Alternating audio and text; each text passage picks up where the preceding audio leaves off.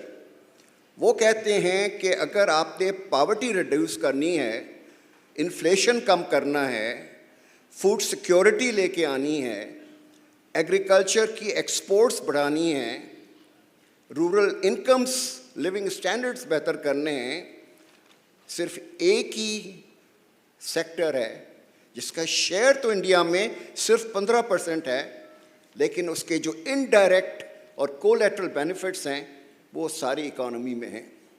تو ہندوستان کی اکانومی جب اوپر جاتی ہے تو اگر ایگریکلچر پیچھے رہ جائے گا تو اکانومی اوپر نہیں جا سکتی, کیونکہ اس کے لنکیجز بہت بیکورڈس اور فارورڈ بہت زیادہ ہیں.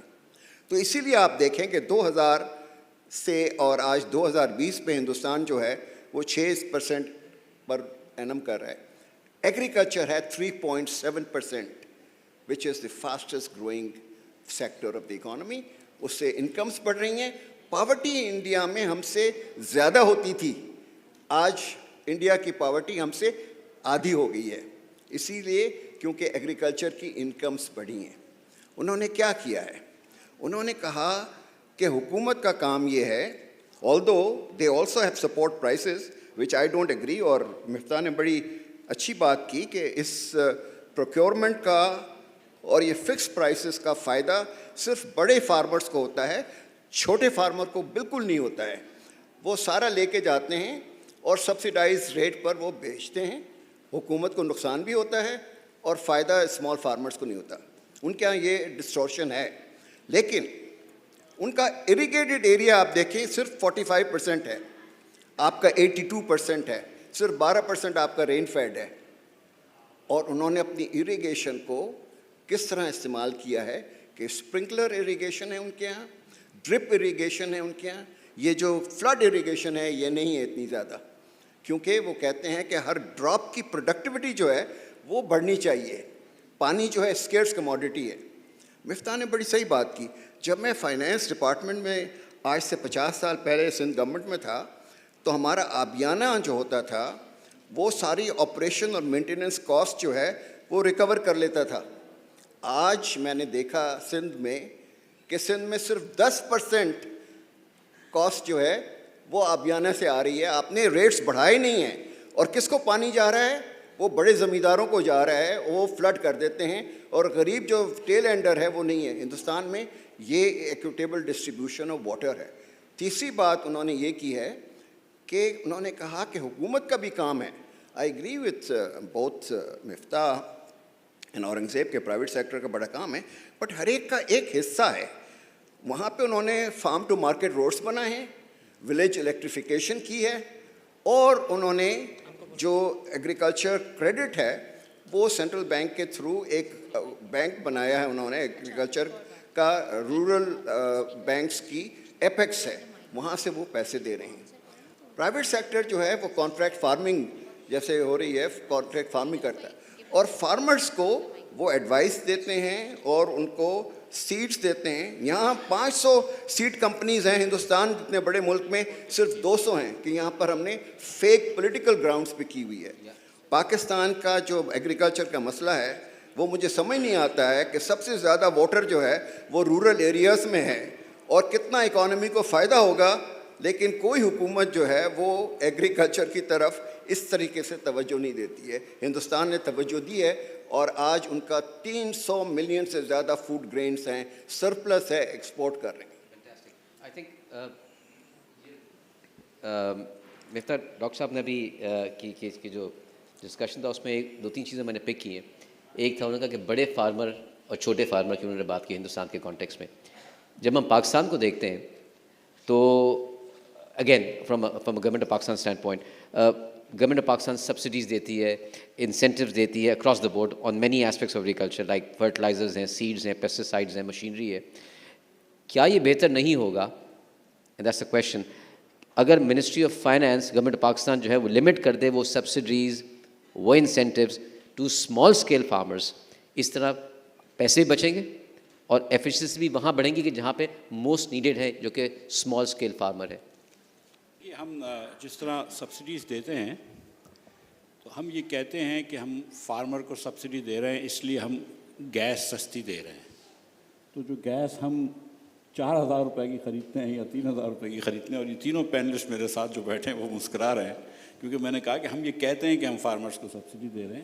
سچی بات تو یہ ہے کہ ہم تو یہ اینگروز اینڈ فوجی فرٹیلائزرز اینڈ فاطمہ فرٹیلائزرز کو سبسڈی دے رہے ہیں. مجھے آپ بتائیں نا کہ اگر آپ نے فارمر کو سبسڈی دینی تو فارمر کو دے دو.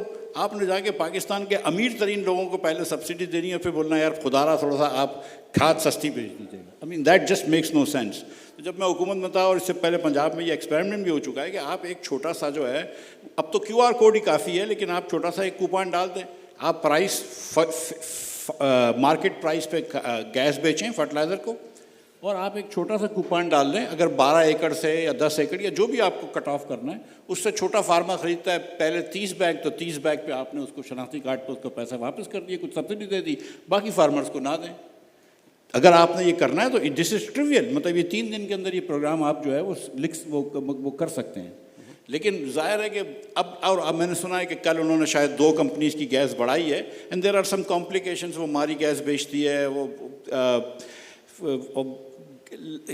ڈسٹریبیوشن لائن کوالٹی گیس نہیں ہے, اس پہ آپ لیوی لگا سکتے ہیں جو میرا دل تھا, یا ٹیکس لگا سکتے ہیں. لیکن میں یہ سمجھتا ہوں کہ آدھے سے زیادہ مقصد جو ہوتا ہے وہ یہ بھی ہوتا ہے کہ ان کمپنیز کو بھی سب کے تھرو سبسڈی دینی ہوتی ہے, اور جب بھی کسی کے تھرو سبسڈی دیتے ہیں تو جس کے تھرو دیتے ہیں اس کو بھی فائدہ ہوتا ہے. اور اگر وہ 20-22 ہوں اور جس کو فائنل ریسیپینٹ 50,000 ہوں تو 22 لوگوں کو زیادہ فائدہ ہوتا ہے بنسبت 50,000 کو. اینڈ اسی طرح اس لیے آپ دیکھ لیجئے کہ ان فرٹیلائزر کمپنیز کی جو ریٹرن آن ایکویٹی ہے وہ 40-50% ہوتی ہے. سو یہ میرے خیال سے حکومت کو اگر کر لینا چاہیے, بڑا آسان ہے. اس لیے پھر یہ ہوتا ہے کہ ہم یہ جو نیچرل گیس بیس فرٹیلائزر ہے, نائٹریٹ بیس فرٹیلائزر ہے, یہ فارمرز زیادہ یوز کرتا ہے اور DAP جو ہے وہ کم یوز کرتا ہے.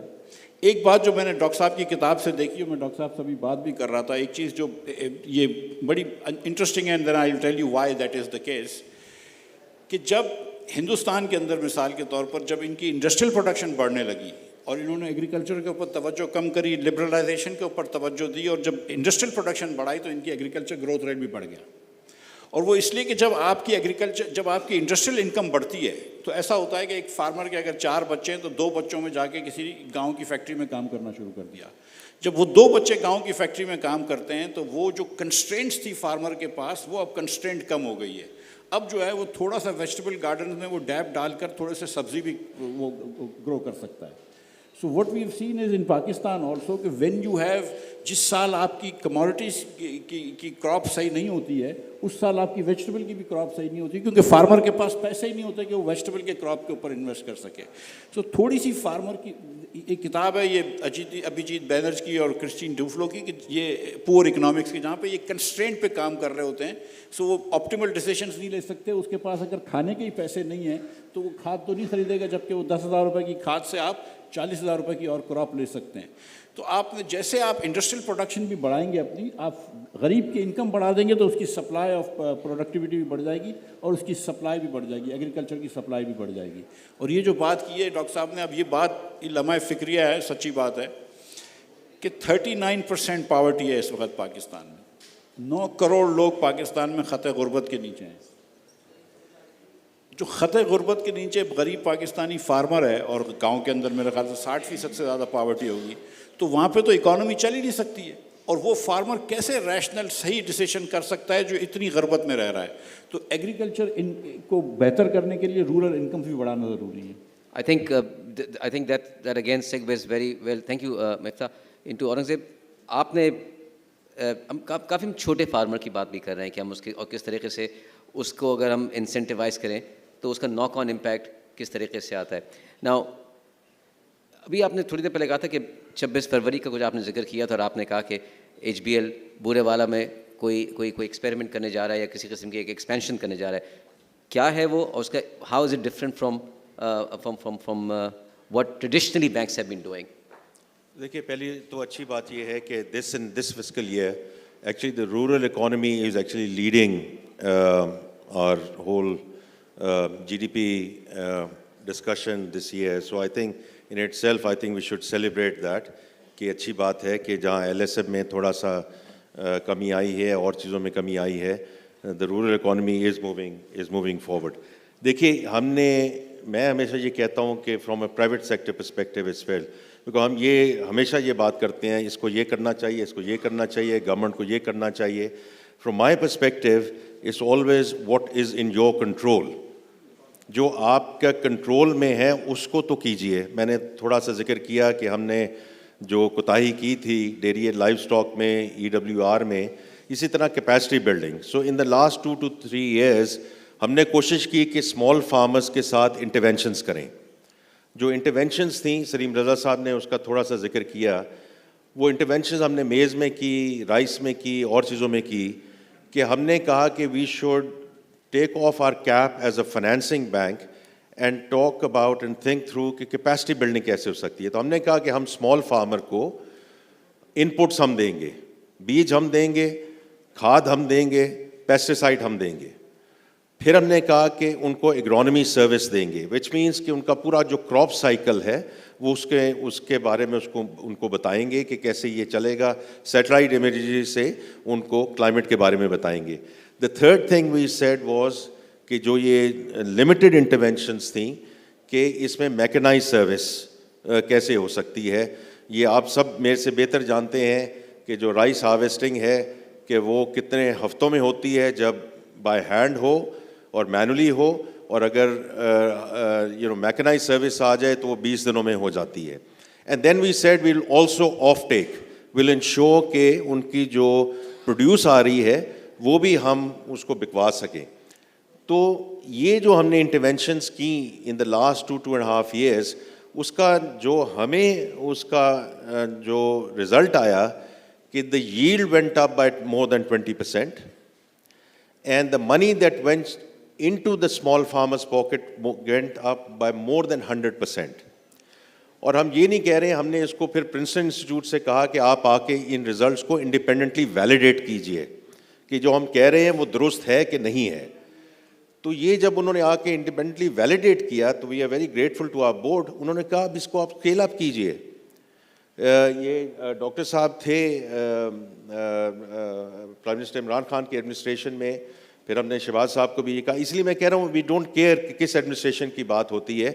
خان صاحب نے بھی ہم سے یہ پتا کیا کہ آپ کو ہمارے سے کیا چاہیے. ہمیں جی آپ سے کچھ نہیں چاہیے آپ کو. ہم آپ کو صرف آ کے یہ بتا رہے ہیں کہ یہ چیزیں ہو سکتی ہیں without subsidies and without actually counting on the government and the government support. اگر پرائیویٹ سیکٹر آگے آ جائے تو اب ہم جو کرنے جا رہے ہیں بورے والا میں وہ یہ کرنے جا رہے ہیں کہ we are very grateful to the State Bank of Pakistan, we are very grateful to Security Exchange Commission of Pakistan کہ انہوں نے ہمیں 100% سبسڈی کریٹ کرنے کی اجازت دے دی، which is going to be called HBL زرعی services limited. So everything that we were doing in terms of non financial part of it, جو میں نے ابھی ذکر کیا کہ ہم یہ ان پٹس کیسے دیں گے، میکنائز سروس کیسے دیں گے، agronomy will all move into that. یہ ہم ڈیرا بنانے جا رہے ہیں. Dera is our way of saying we are going to go to the small farmers. ہم نہیں چاہتے کہ وہ آئیں ہماری برانچز میں اور ہماری جہاں جہاں ہمارے بڑے شہر ہیں، ایون پیری اربن ہے، وہاں بھی نہ آئیں. ہم پہلا ڈیرا برے والے میں ہوگا، پھر سائی وال، پاک پتن، اسی طرح ایگریکلچر یونیورسٹی کے ساتھ 5 اور ہیں، پھر انڈر دا SIFC امبریلا 4 اور لوکیشنز ہیں. تو ہمارا جو تھاٹ پروسیس ہے، اللہ کرے اس میں ہمیں کامیابی ملے، بیکاز وی جینولی بلیو کہ یہ will be good for the country, کہ یہ Dera will be the hub and then we are going to have the spokes which are going to be our branchless banking جو ہمارے connect کے ہیں. وہاں ہم یہ اب جو پنجابی میں اس کو چک کہتے ہیں، آپ اس کو گاؤں سمجھ لیں. تو یہ جو آپ کو کنیکٹ شاپس ایجنٹس نظر آ رہے ہیں جو ہماری کراچی میں آپ کو نظر آتے ہیں، اسلام، یہ اب سارے گاؤں میں پھیلیں گے. اور وہیں سے ہم 2 چیزیں ہم کر رہے ہیں. ایک تو یہ ہے کہ اسمال فارمر کو یہ ہم فیسلٹی پرووائڈ کر رہے ہیں ان ٹرمز آف فائنینسنگ اور ان کی جو ان پٹس ہیں اور اس کو کیسے لے کے جا رہے ہیں. Secondly it be financial inclusion, because ان کنیکٹ شاپس کے تھرو میں اب اس کو ٹیکنیکل ٹرم میں کہوں گا L0 L1 کلائنٹ جو آن بورڈنگ ہوتی ہے، جو آ کے انہوں نے اکاؤنٹ کھولنا ہے، جس میں اسمال فارمرز جھجکتا ہے یا جھجکتی ہے کہ میں کہاں جاؤں، سائی وال میں جا کے برانچ میں اکاؤنٹ کھولوں اور کس برانچ میں جاؤں. اسی ایجنٹ کے تھرو ان کے اکاؤنٹس کھل جائیں گے, اسی کے تھرو وہ فائنینسنگ لے سکتی ہیں یا لے سکتے ہیں. سو فرام آر پرسپیکٹیو دیکھیے یہ ہمارا ہم نے ایک بڑا انسٹرکچرڈ وے ہے. I hope it works, but we have already taken the decision in conjunction with our board. We are going to go in this direction because this is one way of going forward without any government subsidy, without any government support. Thank you. Thank you, sorry, Aurangzeb. Ji Salim sahab. Just to compliment what Aurangzeb was saying, our agricultural lending in Pakistan by banks is 3% of their private sector portfolio. India's 19, Bangladesh is 21. But one of the reasons is lack of collateral. This exercise is going to be cash flow financed because you're controlling the inputs, you're on the farm, you as the institution, and you're controlling the sale. So you don't really need the land as title. If we can get on to cash flow financing, and if we can demonstrate that that can be done constructively, I think opens the world, opens our farming sector to the banks in a much more positive way. Now, it's another matter that banks have decreasing amount of money to lend because our government, mashallah, is a growing boy, has a very healthy appetite, and has eaten up whatever. I think whatever. I just been given a mass sake 5 minute رہ گئے. I'd like to take a question or two maximum from the audience. اچھا maximum 1 or 2. پہلا جی آپ السلام علیکم. میرے سوال تک محدود رکھیے گا دوست. جی بالکل. شکریہ. دو سوال ہیں. ایک تو ایلیٹ سبسڈی پہ مفتاح صاحب نے بات کی جس میں ہم بلینس آف روپیز جو ہے وہ فرٹیلائزر کمپنیز کو دے سکتے ہیں. تو گورنمنٹ کو کون سی ایسی فورس ہے جو اسٹاپ کر رہی ہے کہ بھائی وہ پیسے آپ فرٹیلائزر کمپنی کو نہ دے دیں, وہ فارمرس کو دے دیں. دوسرا سوال میرا سینٹرل بینکر سے ہے کہ ایکسپورٹ ری فائنانس تو ہوتی ہے, ایگریکلچر ری فائنانس کیوں نہیں ہو سکتی؟ دیکھیں اس پہ بڑی ڈبیٹ ہوئی ہے سبسڈی کے اوپر. آپ کو سب کو پتہ ہے کہ ایک بڑا کامیاب پروگرام ہے جو irrespective of every government, start Zardari صاحب کی گورنمنٹ نے کیا, پھر اس کے بعد نواز شریف صاحب نے اس کو چلایا, پھر عمران خان نے اس کو اور اسٹرینتھن کیا, وہ ہے بے نظیر انکم سپورٹ پروگرام. اس کا ڈیٹا بیس جو ہے اس وقت وہ سارے جتنے بھی غریب لوگ ہیں پاکستان میں ان کا سارا ڈیٹا ہے اس میں. اس کو نیشنل سوشل اکنامک رجسٹری کہتے ہیں. تو ہم نے ان کو پروپوز کیا کہ بجائے آپ یہ فرٹیلائزر کی یا سیڈ کی یا جو بھی آپ سبسڈی فارمر کو دینا چاہتے ہیں آپ بے نظیر انکم سپورٹ پروگرام کے ساتھ دیں. لیکن جیسے مفتاح نے کہا کہ ہمارا جو لینڈ ریکارڈ کا سسٹم ہے اور وہ جو ہماری ڈیٹا بیس ہے بے نظیر انکم سپورٹ پروگرام کی وہ ایک دوسرے سے بات نہیں کرتے, وہ بالکل الگ الگ ہیں. تو اگر آپ آج کل کا بگ ڈیٹا کا زمانہ ہے, ٹیکنالوجی آگے آ گئی ہے, تو ہم نے یہ پروپوز کیا تھا کہ ان دونوں کو آپ کمپیٹیبل کر دیں کہ اگر آپ کی 12 ایکڑ سے نیچے زمین ہے تو آپ کو فرٹیلائزر کے پیسے جو ہیں وہ گورنمنٹ ڈائریکٹلی آپ کے اکاؤنٹ میں ڈال دے گی, کسی تیسرے آدمی کے تھرو نہیں جائے گی. لیکن اس میں یہ پرابلم آ رہا ہے کہ وہ دونوں ڈیٹا بیسز جو ہیں وہ ایک دوسرے سے بات نہیں کرتی ہیں, یہ مشکل ہے. السلام علیکم. How does the agricultural economy get impacted when agricultural land is converted into real estate projects or urban development projects, especially in Punjab, which has happened recently? Key case in point being RUDA, which is chaired by Dr. Salman Shah, our former finance minister. اس پہ میں ایک تھوڑا سا کانٹریرین view لوں گا. جو اب تک دیکھا گیا ہے کہ جو ٹوٹل فارم لینڈ پہ انکروچمنٹ ہوئی ہے, یعنی کہ ہاؤسنگ سوسائٹیز بنی ہیں, وہ 1% یا 1.5% فارم لینڈ پہ ہوا ہے. اب پاکستان میں بچوں کی پیداوار تو بہت ہے نا, وی ڈو انکریز بائی 2.55 اور 2.6% پر ایئر, تو لوگوں کو رہنے کے لیے جگہ چاہیے. سو روڈا از اے سیپریٹ تھنگ بیکاز اس میں وہ اس کی وجہ سے لاہور میں فلڈز آ جائیں گے and all that stuff. I'm not knowledgeable about RUDA and I know کہ اس کے اندر تھوڑی سی ایلیٹ کیپچر بھی ہوا تھا اور مطلب مخصوص پارٹیوں نے لینڈ لیے, but let's not go there. So I'm not talking about RUDA per se, but normally when you see کہ لوگوں نے ہاؤسنگ سوسائٹیز بنائی ہیں.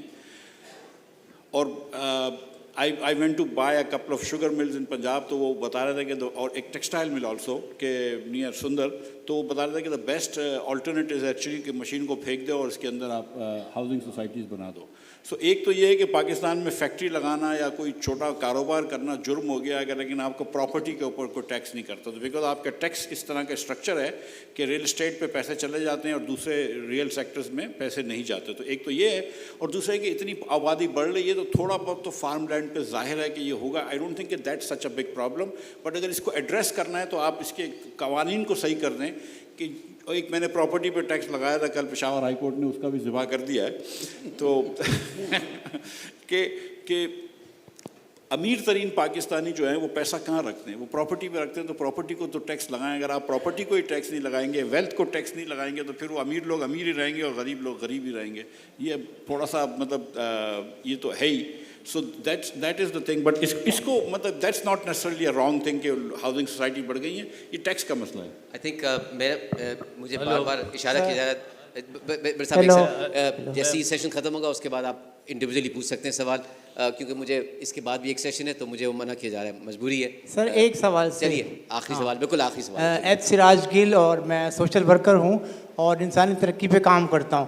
میرا سوال اورنگزیب صاحب سے ہے کہ ہمارے جو مالیاتی ادارے ہیں یا بینک ہیں وہ کتنا سپورٹ ایگریکلچر کو کرتے ہیں, اور یہی مفتہ اسماعیل صاحب سے جو انہوں نے بات کی آڈین کی, اور مجھے آج بڑی خوشی ہوئی کہ میرے آڈین اتنے بیٹھے میں اس ایگریکلچر کو سننے کے لیے, تو بہت خوشی کی بات ہے. میں ان کو مبارکباد پیش کرتا ہوں. شکریہ آپ. جی سر اورنگزیب صحیح. میرا ایک سوال اور بھی آپ سنتے جائیں پھر اکٹھا جواب دیجیے گا. یہ جو پاکستان ہے ہمارا زرعی ملک ہے, ہم خود کفیل ہو سکتے ہیں, ہم بالکل ترقی کر سکتے ہیں, مگر آج تک آپ نے دیکھا ہوگا کتنی کرپشن ہے. اس کے لیے تو آپ بات کر نہیں رہے. جو رسپانسبل ہیں, جنہوں نے ساری ملک کا بیڑا گرک کیا ہوا ہے, ان کو کچھ آپ بولتے نہیں ہیں. جتنی بھی اسکیمز ہیں پنجاب میں امپلیمنٹ ہوتی ہیں, سندھ میں ہوتی نہیں ہیں. پانی کی چوری ہوتی ہے. اوپر سے آپ کو پتہ ہے کہ ابھی کارپوریٹ یہ کر رہے ہیں, کیا کرتے ہیں, زرعی اصلاحات لا رہے ہیں کارپوریٹ کے. سندھ کی جتنی زمینیں ہیں ان کا پانی تو اوپر چلا جا رہا ہے, اور یہاں پر جو سمندر میں پانی نہ جانے کی وجہ سے 40 لاکھ ایکڑ زمین جو ہے بنجر ہو گئی ہے. ایک طرف آبادی ہو رہی ہے, ایک طرف اس کو برباد بھی ہو رہی ہے. مہربانی کر کے ذرا یہ سارے اپنے اسکیمز میں ذرا ان چیزوں کا بھی خیال کریں. بالکل بہتر صحیح ہے جی. آپ کا جو پوائنٹ ہے وہ میں پہلے ایڈریس کر لیتا ہوں سر, کہ جو آپ نے کہا ہے کہ بلوچستان اور KPK میں ایگریکلچر میں بہت اپ سائڈ ہے, بہت اپ سائڈ ہے, اور اس میں ہم سب کو بینکوں کو اور سارے جو ادارے ہیں ان کو مل کر اس میں محنت کرنی چاہیے. You are absolutely right. اور اس میں اس لیے کہہ رہا ہوں کہ میں سندھ یا KPK کی بات نہیں کر رہا. بلوچستان میں ایکچولی HBL میں ہمیں اسٹیٹ بینک نے کہا ہے کہ آپ چیمپئن بینک بنیں اور جا کر ایونیوز ڈھونڈیں کہ وہاں کیسے زراعت کو فروغ کیا جا سکتا ہے. تو اس پہ کام ہو رہا ہے. آپ کا جو بات ہے, میں نے دیکھیے سر, میں نے پہلے ہی وہ ذکر کیا ہے کہ not only is HBL but also as chairman of Pakistan bank association, یہ ہماری کوتاہی رہی ہے. جہاں کوتاہی ہوتی ہے اس کو ماننا چاہیے نا, کہ اگر ہم نے 50% آف دا ایگریکلچر GDP کو اگنور کیا ہے in terms of dairy and livestock, اس میں ہم نے جانا ہے. اسی طرح جو کیپیسٹی بلڈنگ ہے اس میں ہم نے جانا ہے. تو اس لیے ناٹ اونلی HBL بٹ ہر بینک اپنی اپنی ایک کاوش کر رہا ہے. And I think we all realize and that's why we are here and you are here, کہ جو سوال ہے can agriculture save Pakistan, I think we all understand that as an industry کہ اس ایگریکلچر 22%, 23%, 25%, 26% پہ جائے گا. ڈاکٹر صاحب نے کہا, گورنر صاحب نے کہا, منسٹر صاحب نے کہا, تو یہ ہم سب سمجھتے ہیں. اینڈ انشاءاللہ you are going to see full support around. بہت شکریہ جی, تھینک یو. اس کے میں پینل کا شکر ادا کرنا چاہوں گا. مفتاح صاحب, سلیم رضا صاحب, ڈاکٹر اشرت صاحب, Aurangzeb. We'll also have a group photograph.